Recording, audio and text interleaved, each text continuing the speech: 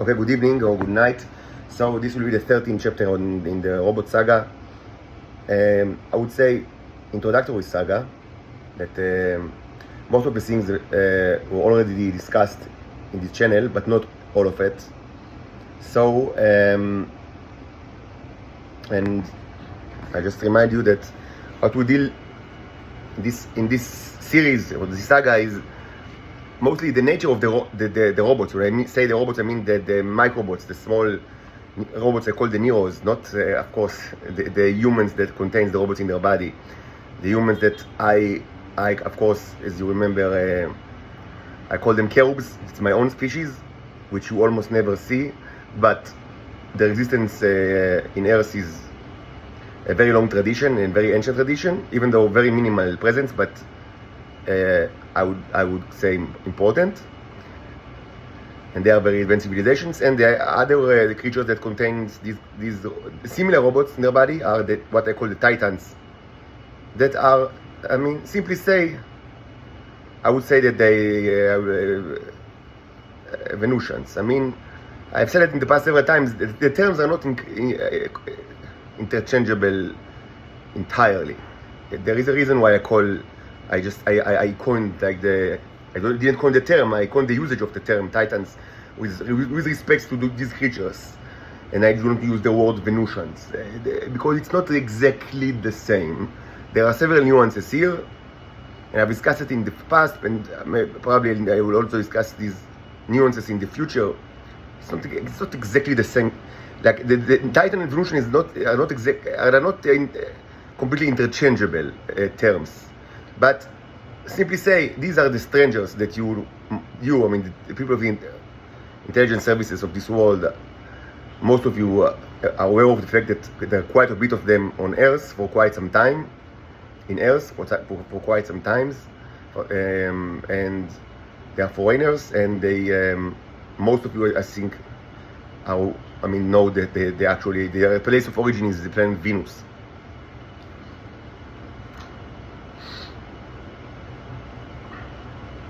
So I have, as always, I have introductory remarks, and I have three of these. First is that this is not going to be an easy video. Not safe for work and not safe at all.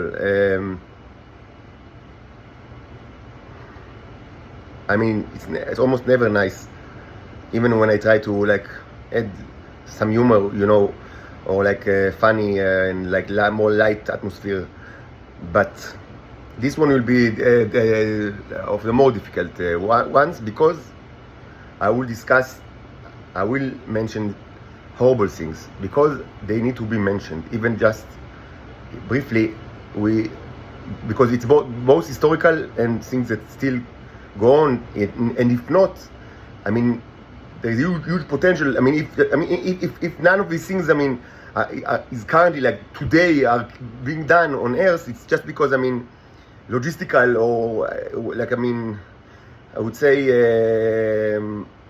mundane reasons, but I mean, they could potentially continue any day. I mean, almost everything that I will mention, and many of these actions, I mean, were recently been done. So it should be mentioned that people actually did it, and it's not nice. But we need to at least mention it. So it's not. Well, this video will not be for the faint of heart, but it's true. It's true, and you should know this, that humans are not only have the capability to act like that, but they actually do these things, and not that long ago, and some of it is still done right now. The second remark would be something that I already said in this series, but it should be worth to mention that again, is that this is not an historical review. I will speak a little bit about things that happened during the first era of the Zionist, I would say, interaction with Venus, which means the first decades of the 20th century. And I will speak about things that happen mostly in what I call the post-Soviet area, which actually started even before the collapse of the Soviet Union, starting the 80s until now. Generally I call it the post-Soviet era. And I will discuss things that happened in this time, and also mostly I will discuss behaviors that characterize this time that happened. And you should remember that the purpose of this video is, as the purpose of this complete series, is to make people aware, both Satans and Homo sapiens, of both, like, I mean, of the horrible things that are happening because of this conspiracy and the secrecy of the existence of the Venusians in Earth, and also about the dangers that are related to sexual activities. This is something that I've started to speak about in the end, by the end of the last video, the 12th or the 11th chapter. And this is important to remember, because it's impossible to try to make sense of all the behaviors, and to build a one unified political agenda of all of these behaviors. It's just impossible, because even if it wasn't a secret, and these are all regarded as top secrets, but even if it wasn't such as, even if it was public knowledge, when we speak about behaviors that characterize humans for a long period of time, more than 100 years, historically it's almost always impossible to create unified political agenda or unified outlook of the world, or of the concept of the other, which is very important for our the concept of otherness, we whatever we are versus the other, whatever the others are. So I mean, there is always this issue of who are we and who are the others, and as beautifully depicted in the academic work of Edward Said, Orientalism. Many times you define the others not with relation to anything that you actually see, to any evidence that you see that relates to the others, but just as an opposite pursuit, a negative picture of the ideal picture that you have regarding yourself. You say, I want to picture myself as ABC. Doesn't matter if you're really ABC, but that's your ideal, that's what you want to think about yourself. So you define the other as opposite of A, opposite of B, opposite of C. Doesn't matter, you don't even need to actually watch the other. So this was done a lot, and it's also it's a part of the relationship between Venusians and humans. So it's incredibly difficult to make a sense of everything and to create a unified view.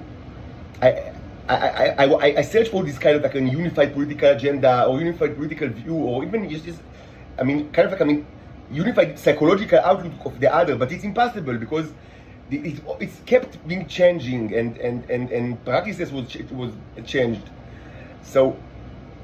So again, even if it was all public knowledge, you wouldn't be able to find to make sense to say, yes, humans are like that, Venusians are like that, and this characterize the entirety of their behavior and their relations. It would have been impossible, because we're speaking about too many people over too long period. And of course, this is multiplied by many times when we deal with with things that are all secret. So you should remember that. So if things doesn't seem to historically if you cannot build an historical puzzle from this video or the other videos of this series, yes, it's almost impossible to do it, because it's just too many people and along too much time. But the important thing is to understand the nature of the abuse and the kind of abuse that were done and still being done.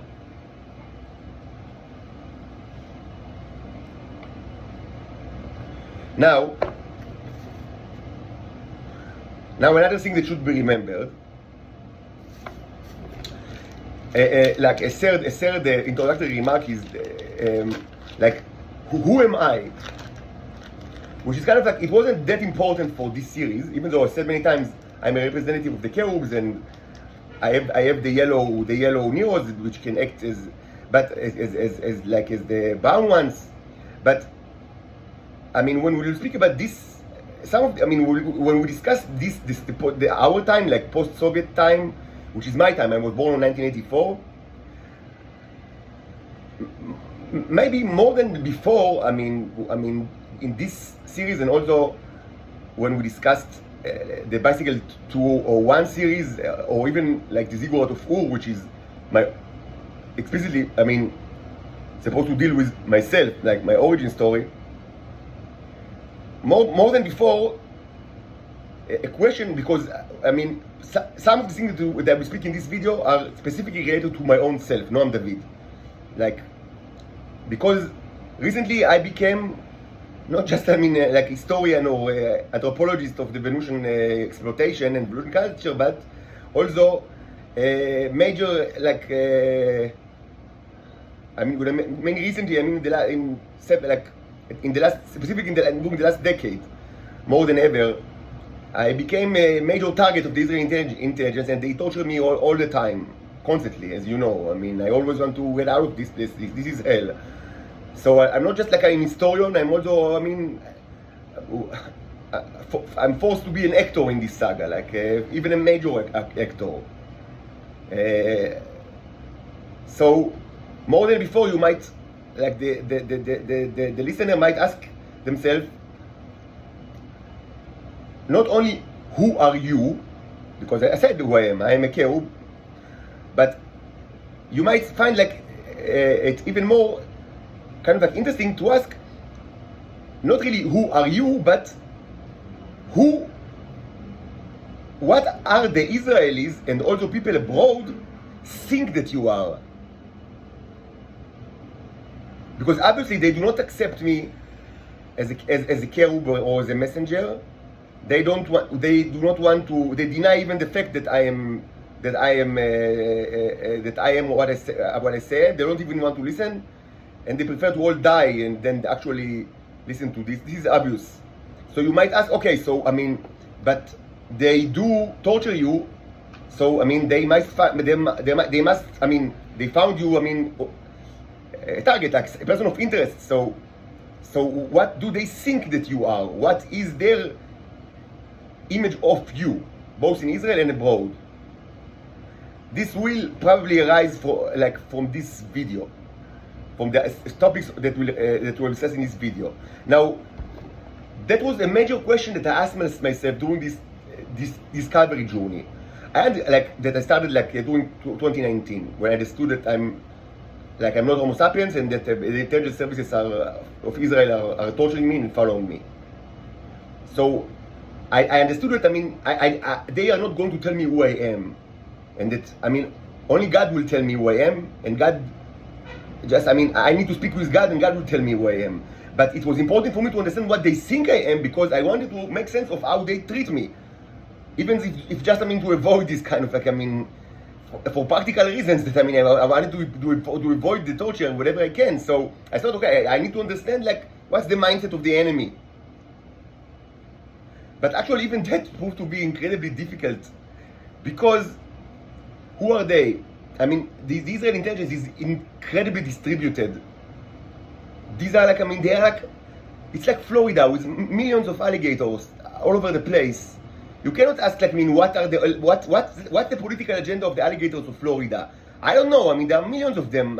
Usually they want to take a bite of whatever they can, because they are alligators. But more than that, it's very difficult to try to create a unified agenda or moral outlook or intellectual affinity of the alligators, the entire population of the alligators in Florida. It will be incredibly difficult. So it's the same about the Israelis. Yes, they like to take a bite of you, and they have and they are prehistoric predators without brain and without morality. But more you cannot say much more than that will be true to everyone. Because there are many different people. And everything is so secretive. But yes, it is true that, but you can, after a lot of experience, I understood that yes, indeed, it's not completely random, and that there are several ways that Israelis picture me. Several, kind of like rubricas that they think of me. And that I would say that all of these kind of images and thoughts, and this is also true for people abroad that a part of the conspiracy. I was subject to a huge painting project all my life that was done in order to create a completely false image of myself for both Israeli internal purposes, but also for even more so for people abroad. But as I said, and I understood it in the first day in my journey, people wanted to believe it. It's not. The ones that didn't want to believe it, did not believe it. There weren't many because humans are assholes. But the painting project didn't make sense at all, and I understood it in the first day. So regarding how people pictured me, I would say that we need to separate it to two categories.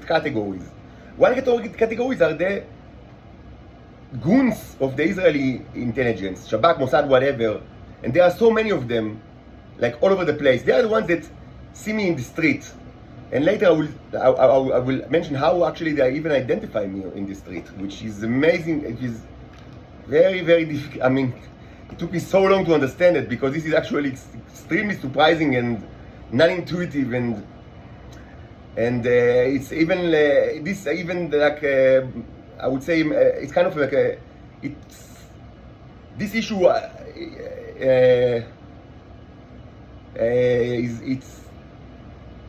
okay. Let's just say the words. Let's not be ashamed. It relates to kind of a miracle that was done by God. You know that I don't like to speak a lot about miracles. I do believe in God in all my heart, but I believe that God, the providence, manifests itself by regular, the regular mechanics of this world and of that.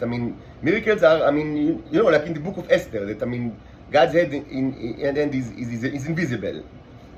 Not only the book of Esther, but that's it's a famous example because the word God does not appear in the whole book. So, but obviously, it's kind of it's a taste work of literature. Of course, everyone understand it. So,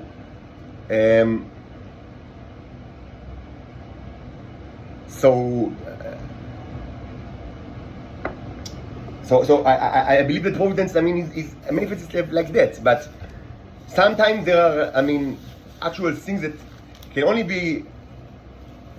Very rarely, there are actually things that are incredibly improbable, incredibly statistically improbable, and I almost never speak about such things. You know that I try to be as skeptic and rational as possible in whatever I speak about. It doesn't matter if it's science or politics or history. So I almost never try to kind of venture into the realms of miracles and supernatural occurrences. I always try to find the rational behavior because I understand that this is how providence manifests itself. It's not in conflict with the belief of God or the other one. God manifests itself by the natural laws of both of nature and human behavior. But sometimes, very rarely, there are things that can only be understood with resorting to believe in things that are not miracles by the fact that they do not. It will not break the laws of nature. What I'm going to say with this regard, it's not that kind of miracle. I don't know that. That I know miracles that Catholics believe in. I don't know that. That the sculpture of Jesus started to bleed or things like that. It's not something like that, but it's something that was statistically very, very improbable incredibly improbable that happened. And from that like point of view, I mean, we must admit that this is like as they say in Hebrew, nes galui, like evident miracle. I should say that I mean, even if you don't want to believe in it, it's not it's not incredibly important actually, like the miraculous aspect of this situation. But as I was starting to say, in general, there are two kind of like two categories of how the Israelis and also the other people in this world, in the United States, viewed me. So they are the category of the like the goons in the streets, and they have their own understanding, and I should mention it like in this video. And I mean, and there was the understanding of the people in the top.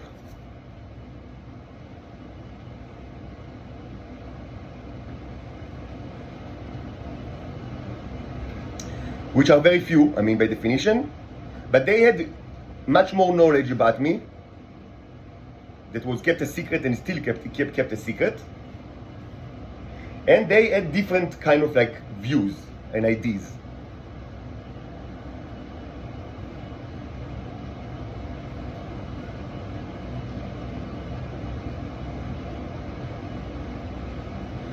In general, just not to keep you like too much, with in tension, because I don't want to create like too much tension. So I just I just give you the answers like very, very, very shortly. So the goons in the streets, they thought and still think that I am mostly what they thought and still think is that I am what I call a wizard, which means in my terminology, evolution female to male transgender.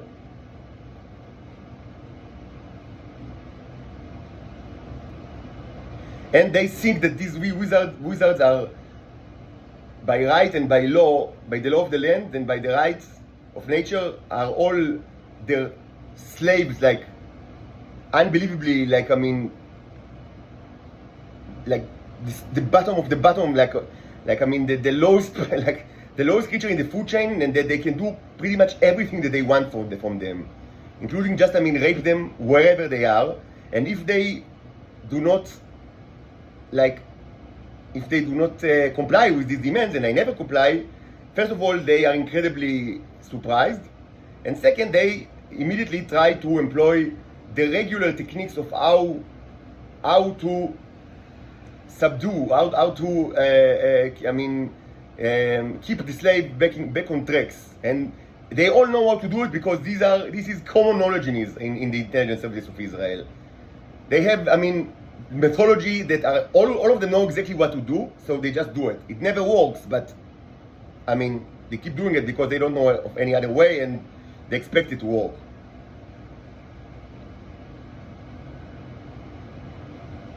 This is a common. This was and still is the common view of just the goons in the street. That's what I am. Now the people above, they had much more knowledge about my life, and they viewed me as, so this was different between like people in Israel and abroad. The key difference between the people like the above on the top and the goons in the streets is the fact that the people above know very well the very basic things that, I mean, it's not difficult to know it, but it just kept as a secret from the rest of the people in Israel. But it's not a secret in itself, it's incredibly easy to know it. There is nothing about it that is secretive. It's just that, I mean, people don't speak about it. So it's just, it became de facto a secret, even though it's the most non-secret thing, which is the fact that I live in Earth for close to 40 years, and that my life is well documented. It's very easy to know where I was born, who are my parents, who were my friends, where did I study, where did I serve in the military, where did I study in what university, and what did I study, where did I live when I studied there, what companies did I work for, whom did I marry, I mean, the children that I have. All of this knowledge is incredible. I mean, yes, I mean, the Israelis, they block my they always, monitor my communication, and my internet activity is not really public because they have also a way to actually hide it from the public. But you don't need the internet people knew each other before the internet, and I was never secretive. I was very straight, all my life. I dated, I have girlfriends in the university, and and then eventually I married my wife, and I divorced her. I served in in the intelligence corps, in pretty big units, and I served close to 6 years, I was an officer, and so you don't need really internet even to know the basic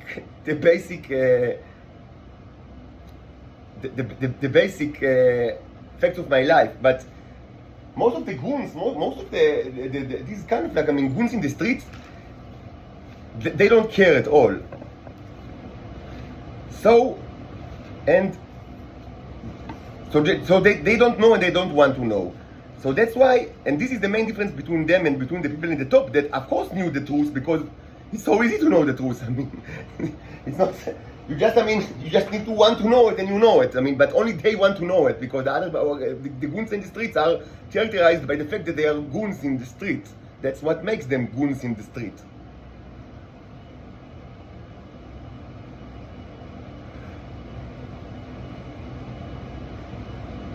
Now, the wizard theory, while it's natural for the goons in the street, and I will explain why later, it's very difficult to be accepted by the people that know the basic facts of my life, like the people in the top. Even though I should say that some of them, even some of them actually also maintain that I'm kind of a wizard, a transgender female to male, even though it doesn't make sense at all. But because it's completely incompatible with the facts of my life. So what did they actually think? Those that actually wanted to make any sense at all of the facts, and not just subscribe to a theory that will justify all sorts of things that they want to do. But people that actually care even a little bit about reality, both in Israel and abroad, they saw me as kind of something between the lines of Jesus and the mutant. And the Jesus interpretation was not surprisingly more common in the United States, and the mutant interpretation was more common in Israel, even though they were not entirely mutually exclusive. It should be said that many people in both places, held, the people in the top held and still hold kind of a mixed view. It's kind of something between Jesus Christ and Teenage Mutant Ninja Turtle. And the fact that they can hold the same view together to some extent tells you a lot about the deeply religious beliefs of the Americans.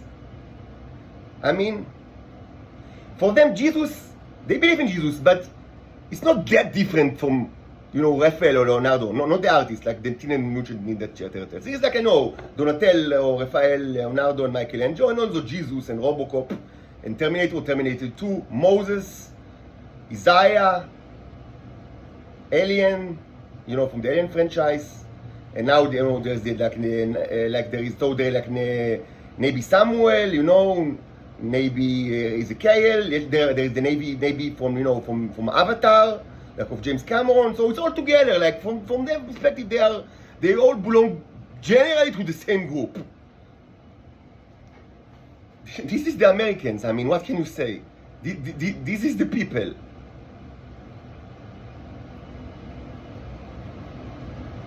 So, but what's the Jesus component? So the Jesus component is the fact that they did not understand how is it possible that I was born in Earth, because according to the documentation, I was born in Earth. So you can say, okay, maybe because at the time when I was born, the gate was blocked. Not the gates were not always open, and I described the reason for that in the Bicycle 201 saga. But they're not always open, not continuously, not all the time, for both like natural reasons and political reasons, and bombs. And bombs are, I mean, are political. Bombs are political. So it was known that when I was born, the gates, I mean, the gates were not, I mean, there was not no passage like people. So, and how can I, so the question is, how can I, and although what was known that when I was born there were no males, at least no males that they knew about, and certainly no males that were not castrated, because it's something that was widely done to the males, and we will discuss it. So there was no candidate, and the Israelis never supplied a candidate. Like if there was a candidate like for my father, you can be sure that the Israelis would have presented it. The Israelis were not happy to take any part with the Jesus interpretation. But there was no one. There was no male I mean, that can be even a candidate for being my father. So the only three possible explanations, or four possible explanations to the fact, is first that I arrived from Venus, but they knew that it was impossible during this time, and no one says that otherwise. It's no among the people in the top. That, I mean, not the goons that don't know, don't care. I speak about now the people in the top. So the option, I mean, false, because I cannot. I mean, I must be born in Earth. So this is one option. And a second option is that I am actually a shapeshifter, and I was not born when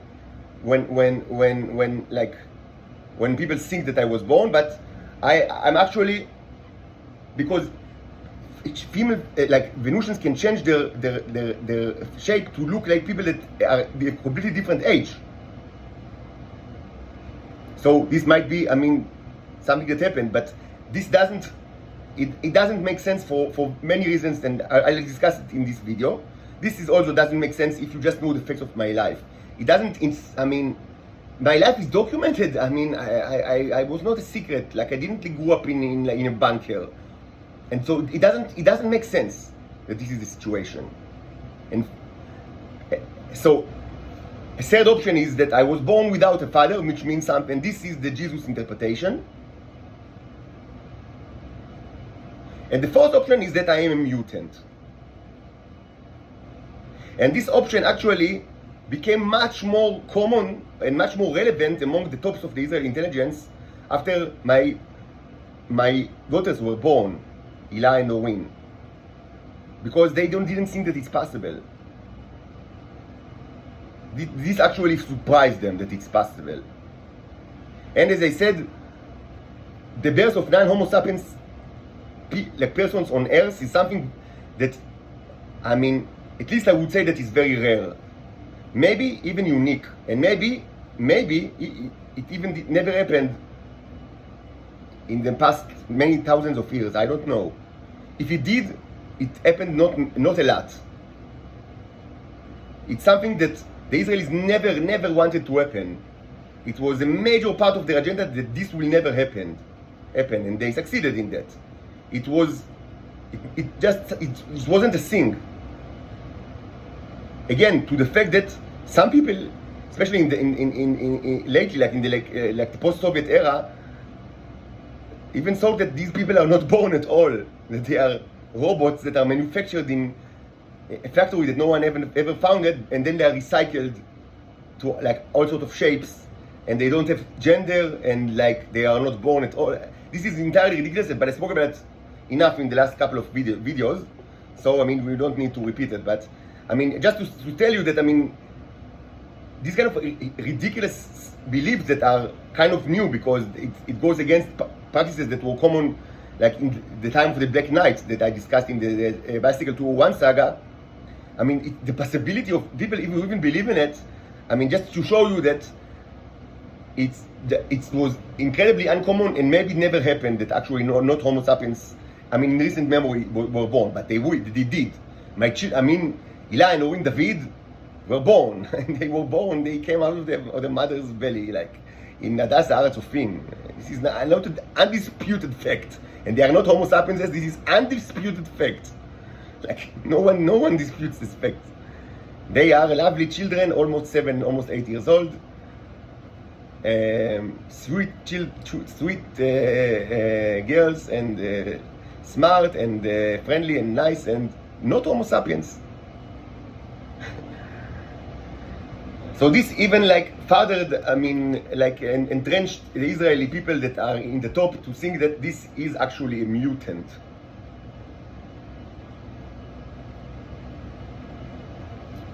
Of course, all of these categories doesn't say anything at all. It just, I mean, it's just, I mean, they were needed in order for these people to,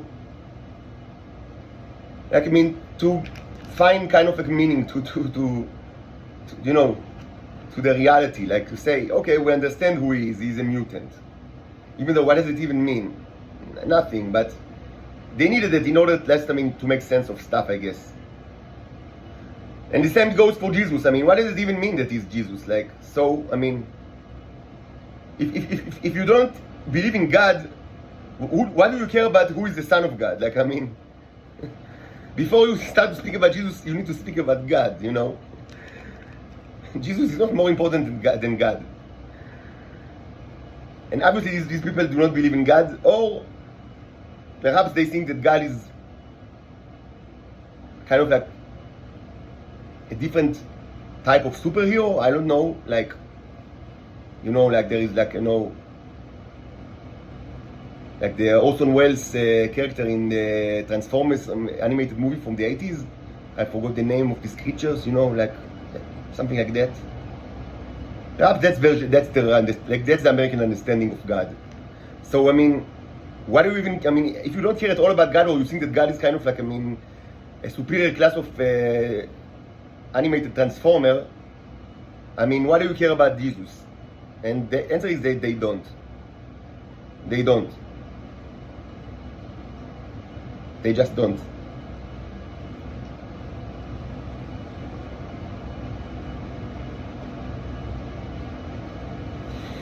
Okay. And all these what kind of like different these descriptions. I mean, they might. I understand it. I mean, the people. I mean, it might like raise like more questions than answers now.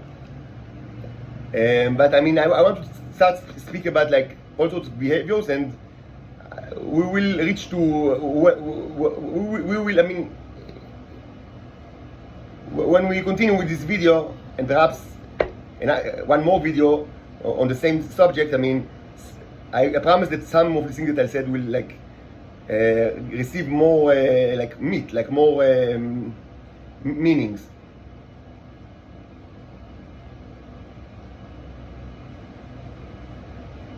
In general, it should be said that this is true both for the goons and for the higher ups, both for the people in Israel and both in the United States.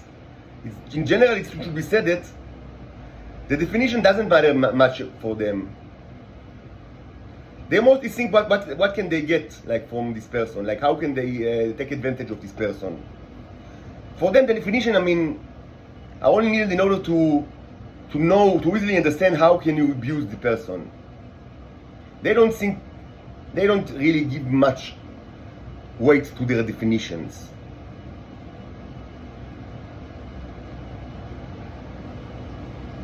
And it should be said, and I've said it in the past, and maybe I should say it again. I've learned in the last couple of years I kind of like, I mean, I was more became interested in the history of the American Civil War and black slavery in the United States, and then I came to the understanding that this was also true for the history of racism in the United States, that slavery was much more important than racism, actually. And slavery did not happen because of racism, but the other way around. I mean, yes, racism existed before the black slavery in the United States, for certain, but it grew monumentally because people wanted to especially during the 19th century, when, I mean, there was a growing opposition to slavery, both like in Europe and also in the North. So the people in the South find themselves under kind of like, I mean, attack. Like their way of life was, I mean, subject to attack even before the Civil War. So they needed to find justifications for the slavery, and that contributed tremendously to the kind of like, I mean, proto-scientific theory of racism. It's not that racism wasn't there before, but it grew immensely because they wanted to find justification for slavery. But the important thing for them was slavery. They wanted to enslave people because they liked that way. They wanted, I mean, people to work for them for free while they, I mean, because many people, like, I mean, it wasn't new. Like, you know, humans have done these things for a long, long time. They want that humans like that other people are working for them for free. Yes, so I mean, much of the pseudo or proto-intellectual kind of justification for slavery, like that, I mean, includes kind of like all sorts of racist theories, became so important during the 19th century because they wanted to justify slavery. So it's the same for me and for the Titans. It's not that they enslave them because they think of them as A, B, C, D. They want to enslave them because that's what they want to do, because they are humans and they are scumbags, and they like to enslave others. And sometimes they find themselves in ways that they need, not always, but sometimes they need to justify it. Now, because of the fact that it's such a secret, they don't even need to justify it as much as the people in the South, like in the Confederacy, needed to justify themselves. But yes, even like under all this secrecy, sometimes like justification is needed. So I mean, they say, so the Titans are A, B, C, D, but they only say it because they want to, I mean, it's kind of an excuse for the slavery. That's it.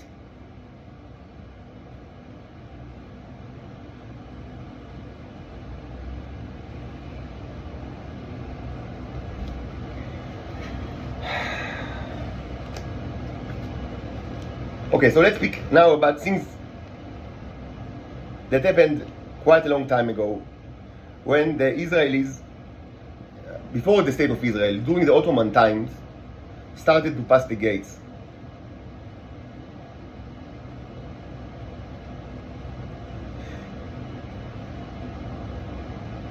These were times of great sexual promiscuity.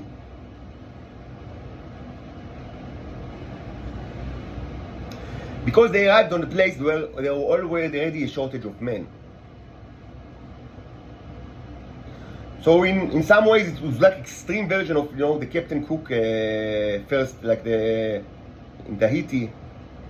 If you know this historical episode. If you don't, never mind. There are several like the television and film depiction of this. For several reasons there, I mean, it encouraged great sexual promiscuity in Venus itself.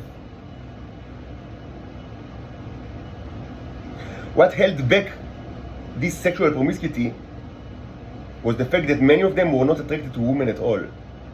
Because right from the get-go, these people, the Zionist people, were characterized by the fact that many of them were homosexuals and pedophiles. Because that's why they were kicked from Europe to the Wild West in Palestine. This was a poor place and ruled by defunct empire with poverty and even starvation periods, with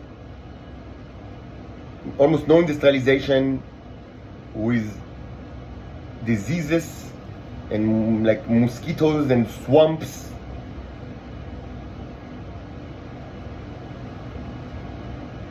And there weren't many people. I mean, there were Arabs, but not many, and there were simple farmers that cultivated lands that were not even they were mostly their own. Like they were kind of like part of feudal system. And there were some kind of like urban centers, especially in Jerusalem, but the people that were there were mostly Jews that were extremely old-fashioned, and exactly the type of people that, like the Jews from Europe didn't like to find themselves like intermingling. They didn't want to intermingle with them at all. There were exceptions, you know, famously Eliezer ben Yehuda, and you know Itamar ben Yehuda, and you know Abechor Bet Avi. There were exceptions, famous historical exceptions to this, but in general, these pedophiles and homosexuals from Europe that, I mean, kicked from like wherever they were in Europe to here. It's not that they didn't like the people that they wanted to be like to identify with were not the people of what they call the Yeshuv Yashan, like Samech Tetim. Like this was a complete incompatibility between them. Again, there were exceptions, okay, well documented exceptions, but mostly that was the situation. So they had no, I mean, they started their new life like in Israel, and it was not easy. So the people that actually did it were mostly men, and mostly men that people didn't like wherever they were. It should be said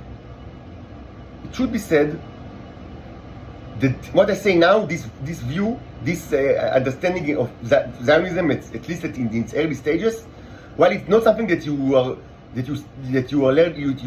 learn in school, like in Israeli school, and it's it might sound like revisionary, or I mean, kind of like, I mean, maybe even anti-Semitic view of history, and certainly out of the consensus. It should be said that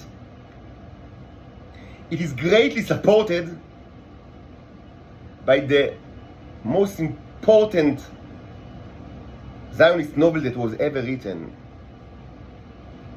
And I speak about Tmol Shilshom of Shai Agnon.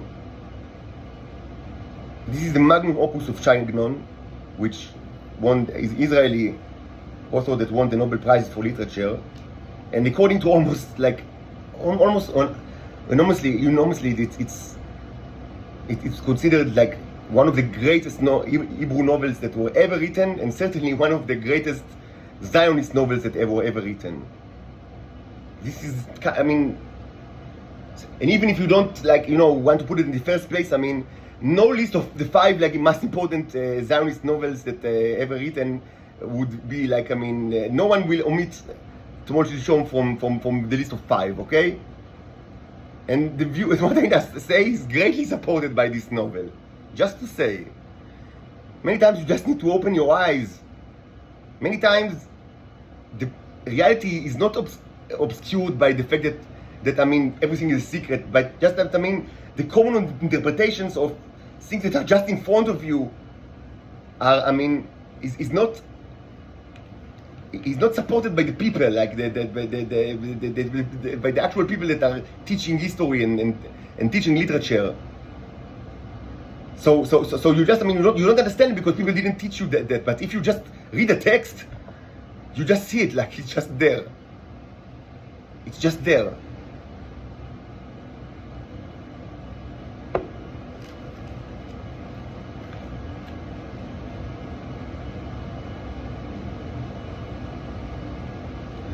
So many of them didn't really were into women, but two things. But now we should speak about, even though some didn't, yes, the ones that were into women were, I mean, didn't like. Of course, they didn't think at all about like the cultures of the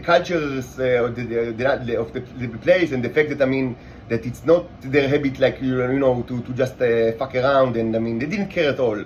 So the ones that were actually into women, or also into women, I mean, it was just they just did whatever they want, like, no, you know. whatever. But this is it's much more disgusting than even that. Because, first of all, the Venusians, it should be said, homosexuality was not entirely unheard of in this place. As I said, the lesbian phenomenon, it was not common at all. And it's not common today, even, like in this world, like among Venusians. I don't know for what reason, but it's just a fact. Lesbianism is very, very rare, incredibly rare. I don't know why, this is the fact. But homosexuality exists even in Venus. This was a thing in Venus. Of course, it's I mean, one of the false and ridiculous theories that Israel is along the 20th century started to disseminate or to proliferate is that, I mean, that was before the 80s and the 90s where this. I mean, during the 80s and the 90s, they started to say that there are no genders in Venus, that they are the Getten, the world of Getten from the left hand of darkness of Ursula Le Guin, where there are, I mean, no fixed genders at all.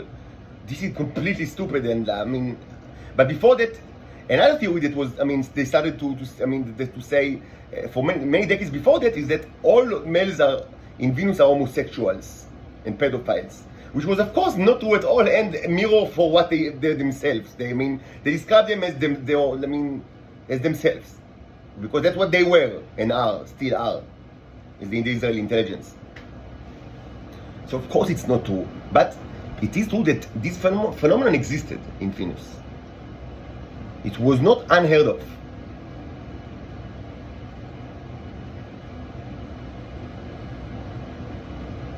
Some people did it.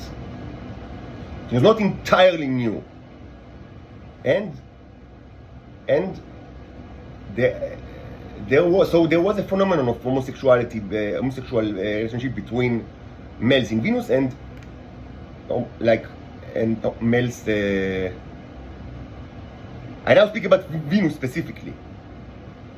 Later, but not much later, they started to bring people to Earth. But let's speak, of things that happened just there. So yes, there was these kind of things happened in Venus, and as is customary, and was always customary among homosexuals on Earth, that they had, on average, many partners. This is known since forever. That it's like that. It's a statistical fact that you cannot deny. It's just a fact that homosexuals have, even if they live underground, and they need to hide and on the closet, as they say, in the closet. Even when they live in the closet, on average, they have much more sexual partners along their life than heterosexual, even if they live in the closet. This is a fact. What can you say?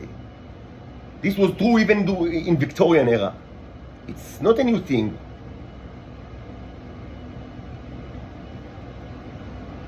There are many reasons for that, but it's just a fact.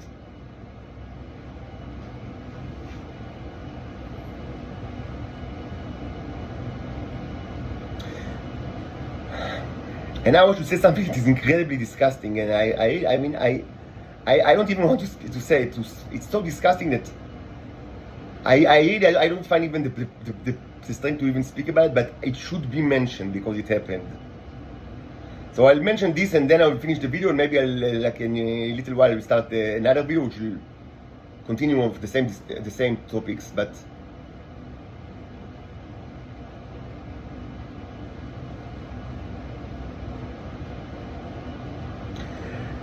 What I want to say now is incredibly disgusting, but it happened. I don't even want to say it, but it's happened. So I need to say it. This thing, happened.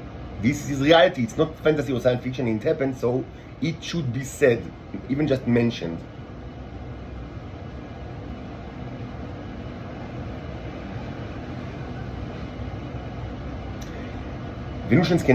Female Venusians can change their forms not only to adults but also to children. and they sometimes do it even today in Israel for intelligence purposes, like for operation purposes. This is still done today. And those people, like during the early Zionists, during the Ottoman times, one thing that they've done is that they forced them to change to these forms, and they had sexual relationship with them while they are in this form. And the way that they did it, because in order to do it, there can be two ways to do it for the Venusians. First, if the Venusians, I mean, they have kind of like, I mean, an intimate relation with the person, they can just clone the person, just to become just like him, and they do it. Even in, I mean, but they can also change their form, not like as a clone, but to look like someone. If they have 2 pictures or more of this person, they can still do it. I mean, they will not look just like the person, they will not be clones, but they can change their form if they have 2 pictures of the person.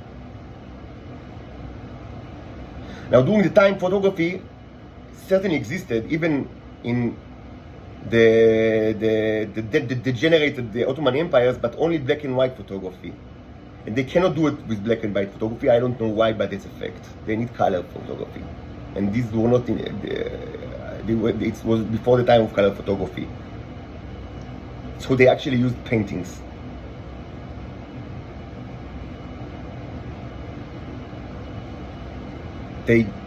Just Israeli artists painted like paintings, color paintings here, and they just brought it there, and they did it like that. They, I mean, forced them to change to whatever in the paintings, and they had their way with that. This is the most disgusting thing that, I mean, it's difficult even to speak about, but it happened and should be said. Because it happened. Okay, so we stop here, and later tonight, I mean, I will continue with the discussion of a little bit more of the things that happened like during this time, like the early period, and then we will speak about the latest, the post-Soviet era, starting in the 80s up to today.